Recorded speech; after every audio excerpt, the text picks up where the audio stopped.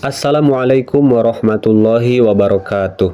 Apa kabar teman-teman semua? Semoga senantiasa istiqomah ibadah dan dapat rizki barokah dari Allah Subhanahu wa Ta'ala.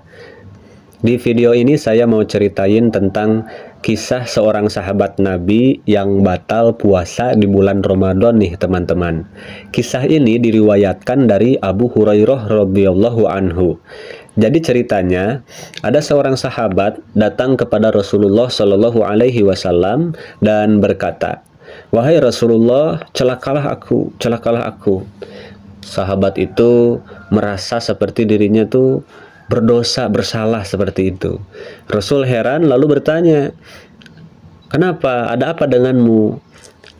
Lalu sahabat itu menjawab, "Aku telah berhubungan intim dengan istriku sementara aku dalam kondisi berpuasa." Begitu katanya teman-teman. Nah, pembatal puasa itu kan salah satunya adalah berjima di siang hari ya. Bahkan tidak hanya batal, kalau urusan jima di siang hari ini kan dia berdosa dan dia juga harus membayar kafarat. Nah, sahabat ini ketakutan dan sadar akan dosa yang dia perbuat. Jadi datanglah ia kepada Rasul untuk meminta hukum, meminta solusi. Maka Rasulullah setelah itu bertanya, "Apakah kamu punya budak untuk diperdekakan?"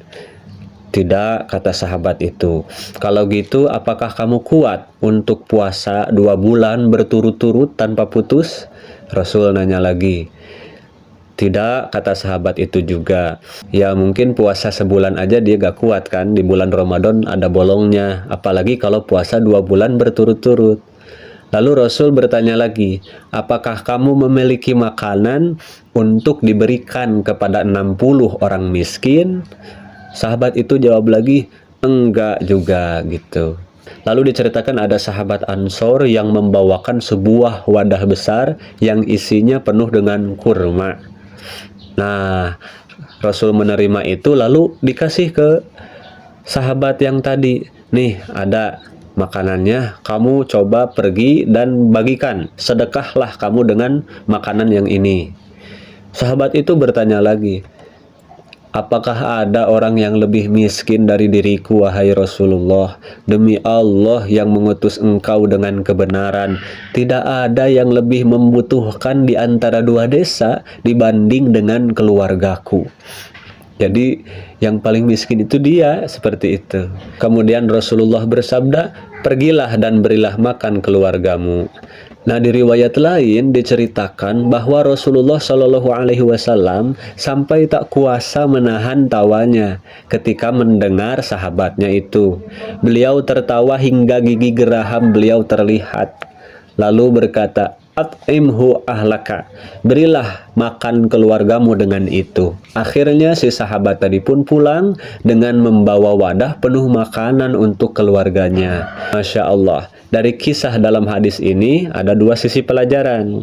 Yang pertama, hadis ini menjadi sumber hukum fikih tentang aturan orang yang batal puasa di siang hari karena berjima. Maka para ulama menyimpulkan kalau ada orang yang batal puasa di siang hari karena berjima, maka dia wajib membayar kafarat, yaitu kafaratnya yang pertama memerdekakan budak. Kalau sekarang kan udah gak ada ya. Maka kalau tidak ada atau kalau tidak mampu, yang kedua harus berpuasa 2 bulan berturut-turut. Jika tidak mampu juga, maka harus memberikan makan seukuran 1 mud kepada 60 orang fakir miskin. Nah, seperti itu. Tetapi dari kisah tersebut juga kita dapat ambil pelajaran yang kedua tentang bijaksananya hukum Islam nih teman-teman.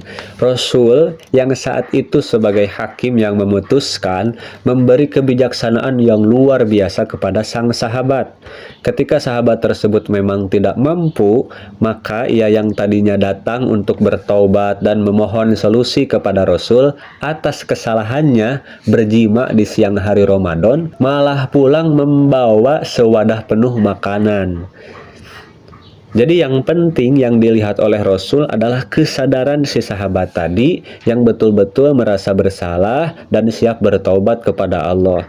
Dia datang kepada Nabi mengakui dosanya agar diberi kifarat. Tetapi syariat Islam bijaksana. Adapun ketika diputuskan sebuah kifarat, syariat tetap tidak menzolimi hamba dengan memberikan beban di luar kemampuannya. Makanya yang tadinya ingin dihukumi malah dapat makanan yang banyak. Nah, itulah indahnya Islam, teman-teman. Itu saja yang dapat saya sampaikan di video podcast kali ini. Semoga bermanfaat. Wallahu a'lam bishawab. Wassalamualaikum warahmatullahi wabarakatuh.